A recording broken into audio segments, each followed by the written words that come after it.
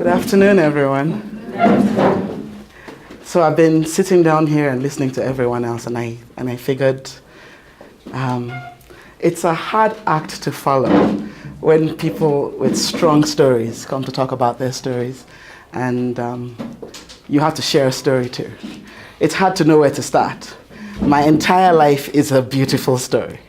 The fact that I'm here is a beautiful story. I was born in Nigeria on an island called Lagos. And you've probably seen a lot of my people in Nollywood. You've seen my city. My city is like all of your country if we put our people together. We're so many. But that's why you have to be the way that we are. Because when there's many, there's a need for you to stand out. And so you need to do more. Do you understand where I'm going? Yeah. How many of you have a pen here today? If you came with something that looks like this, I would like to see it. If you don't have a pen, let me see your hand. If you're here today and you don't have something to write with. So everybody has a pen. Do you know why it's important that you have one of these? Because with this, you can make history. People have stood here today to tell you about promise and about success and about making a difference. See, there was a time when we could not write our stories. We could not put our names down. You couldn't tell somebody who your father or your grandfather was or what important things they did. But today you have no excuse. There are pens everywhere and they're not that expensive. So what's your job? Your job is to make sure that the story that is written about you is a story that lifts up your people. My job is to make sure that when people talk about me, you want to find out where I've come from. You want to know who raised me and how I got here. Sindio? Yes. Okay. So I was born in Lagos. And when I was born, people did not do things the way they do things now. You can just marry someone from another tribe and decide to go start a life by yourself. My parents were from two different tribes. And there were tribes in Nigeria that don't marry each other. So when you're a child of two warring tribes, you have to become a peacemaker. So I became a peacemaker. And by making peace between two families, I learned how to make peace between communities. I learned how to live at peace with everyone that I met. I learned the value of brotherhood.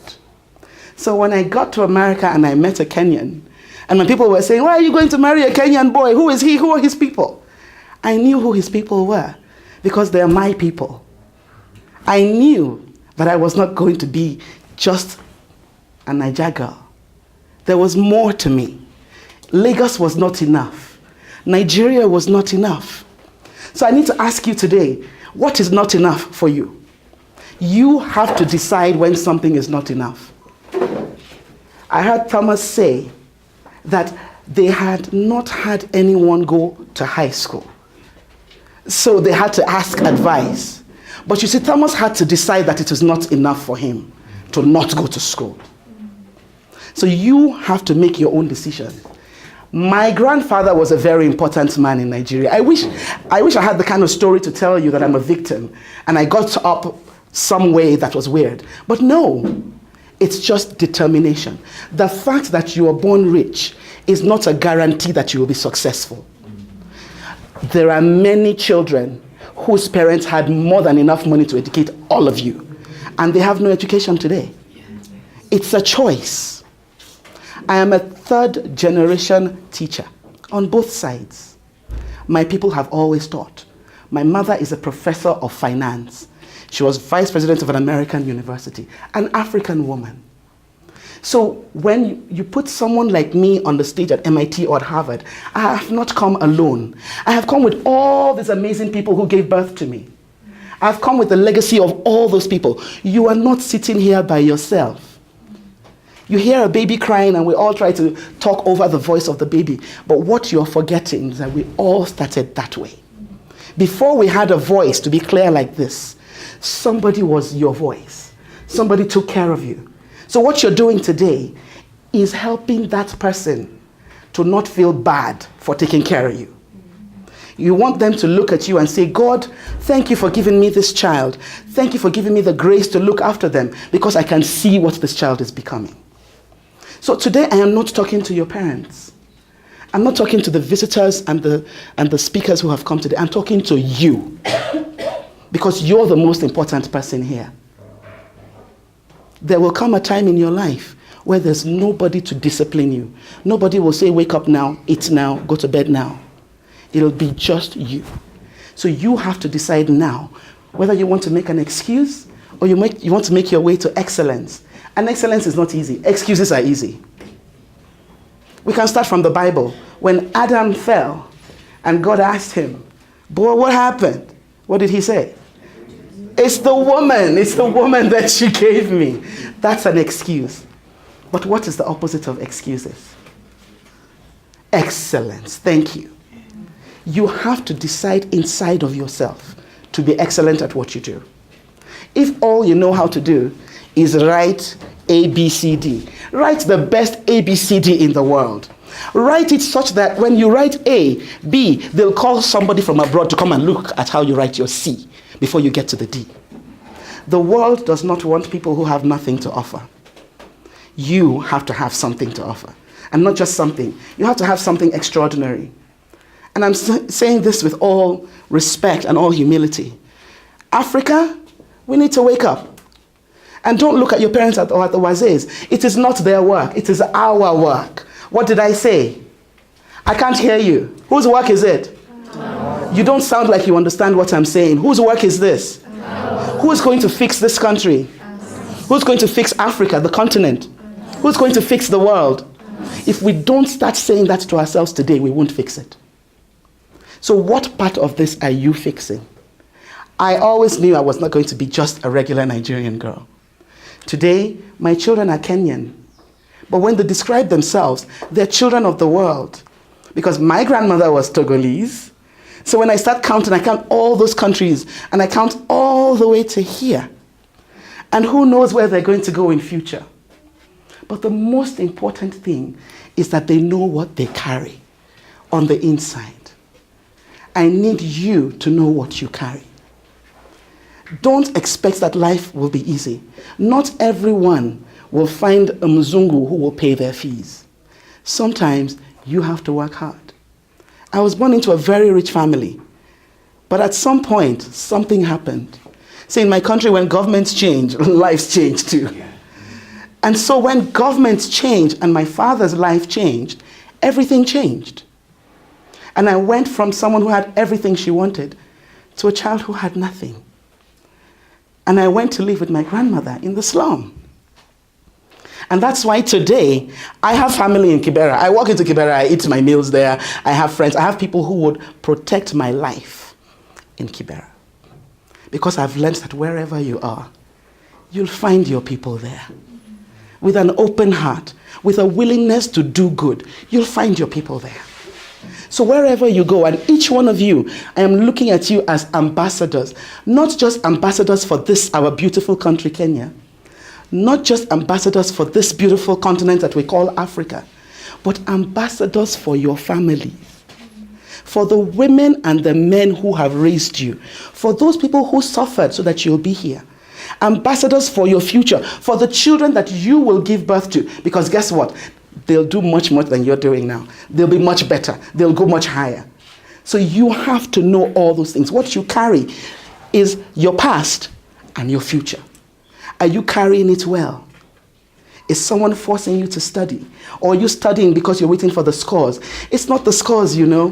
When he was saying that you compete with yourself and cooperate with those who are better, it's learning. It's knowing where you stop and where you need help. Where you need someone to help you go that extra mile. Or where you're helping somebody go that extra mile. Because you don't gain if you don't give. So even in learning, if you help someone, you continue to help yourself. If you teach someone, you have reminded yourself. Do you understand where I'm going? Learn to live together. We make more progress when we cooperate with one another. When I came into your country, I didn't know anyone. My husband had lived outside Kenya for over 20 years.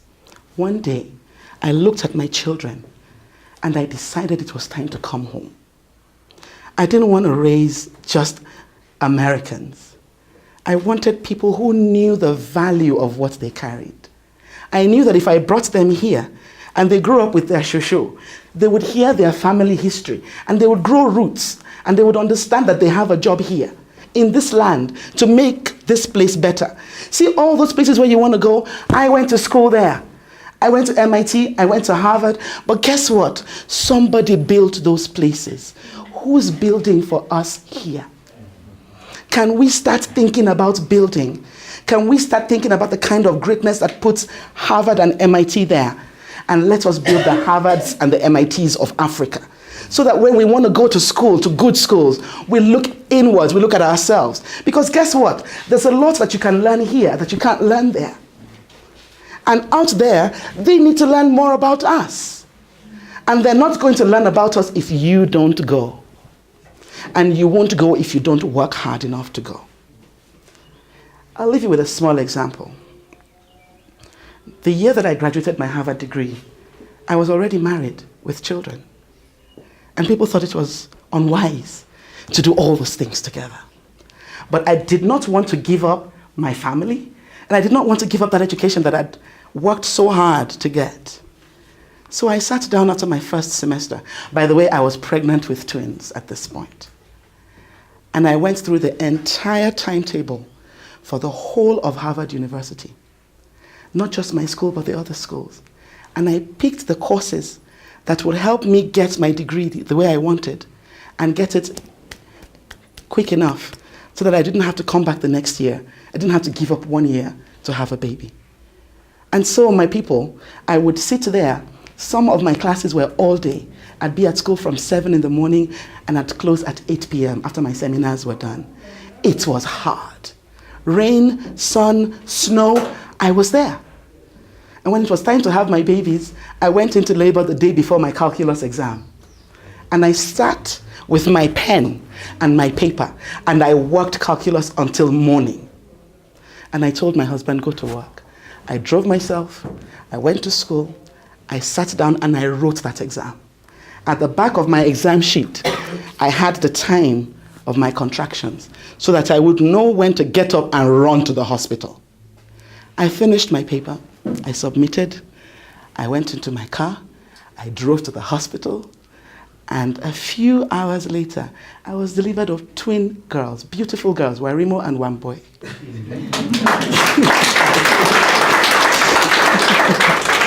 Those women are 4 years old today. They'll be 4 in August. And they're as vocal as me because they are raised to be like this, to know who they are, to understand that I sacrificed a lot to be who I am and to bring them forth in the way that they are. So that when it's their turn to go to Harvard, it won't just be that they have the scores and the grades to go. It will also be that they have the spirit. That spirit of excellence, that thing that says, not enough. This is not enough for me. I will do more. When you see the word impossible written, take out the I am in front and say to yourself, I am possible. And because I am possible, everything that I aim to do is possible to me. Find a way to get there. Make no excuses. Failure is a gathering of excuses. The Bible calls it the fool saying there's a lion in the streets. So he doesn't go out because of that. There are people who go out and scare the lion away. There are those who go out and kill the lion. There are those who come out of their doors and the lion sees them and the lion starts to run because he knows what they carry. What is the lion that's facing you today? What do you think you can't get over? What's that hurdle that's so big? I'm telling you today that it is possible for you to get over it. You can get where you want to get. You can decide, this is not enough for me. I need a bigger playground. I need a bigger playing field. I want to be on a global stage. I don't want to just get beyond AFFECTO and finish it there. Where are you going after now? When I see you in 5 years, in 10 years, what are you going to tell me? Because I will remember. See, I remember people's faces. And if you tell me your name, I will never forget. And if I see you in 10 years' time, I will ask you, what have you done with that which we gave you? This beautiful gift that you've got, What did you do with it? So be prepared with an answer for me. And I won't take excuses. I don't take excuses from anyone. I did not make excuses. Life has never been easy. If anyone tells you that it's easy, they're lying. So be prepared to fight this battle and win it. Ladies, are you here? You're all very quiet. You can't be quiet. This generation is not made for quiet women. Look at Natalie One Boy. She's not quiet. Is she quiet? No. This is the generation of voiced wishes, desires, plans, concepts, ideas. What do you want for your people? I came to Kikuyu through a back road and I saw all those potholes. And I said, where is our MP here? Where are the leaders here? Where are the young people here? Do you like the way your roads look? So which one of you is going to get up and be the leader who is going to fix that? You can't fix that if you're illiterate. You can't fix the problems of Africa if you're not successful yourself. So we need you to be successful so that the work that we are doing in the generation ahead of you will not be in vain. Do you understand? So even though I went to Harvard, even though I went to MIT, even though I've done all these amazing things that I've done, nothing I have done compares to what I am doing now. This is the most important place I could be today. Trust me, I had so many other things to do today. But I came because somebody here will hear my voice and will understand that I've walked a long road to stand here and talk to you today. And you will make it worth my while so that I will not regret coming here. It's not been easy. Even with all the education that I have, it's not been easy. And education does not guarantee you success. So even after you've done the MIT and the Harvard, you still have to do the real life work. I'm a farmer. I farm in Kinangop. When I came home with your Kenyan brother, hey, I met a big shamba. And I thought to myself, if his mother was my mother, and she had grown older, and she couldn't do all this work by herself, would I not do what she's supposed to do? Wouldn't I do it for my mom? Wouldn't I do it? Wouldn't I expect my daughter-in-law to do that for me? So I go there and I sleep on that shamba and I do the work and I plant with my hands. These same hands that wrote at Harvard and MIT. And I still teach classes. I teach at Strathmore. You will find me in different places speaking. But my reality, my real life, is that story of the girl that has gone from Harvard to harvest. Because until those warus hit me,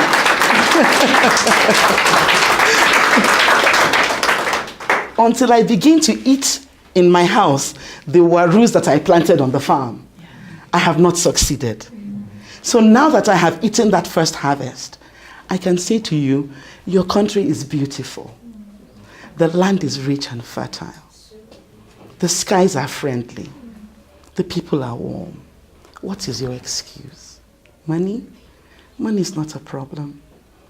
When you have the spirit of excellence, money will show up for you. People will stand up for you.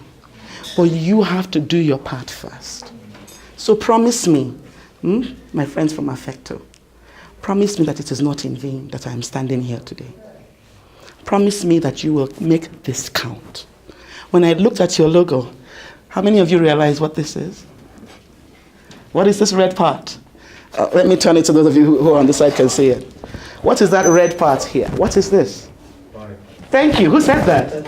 Please give him a round of applause. And what is this? So even your logo tells a story. Learn, my people.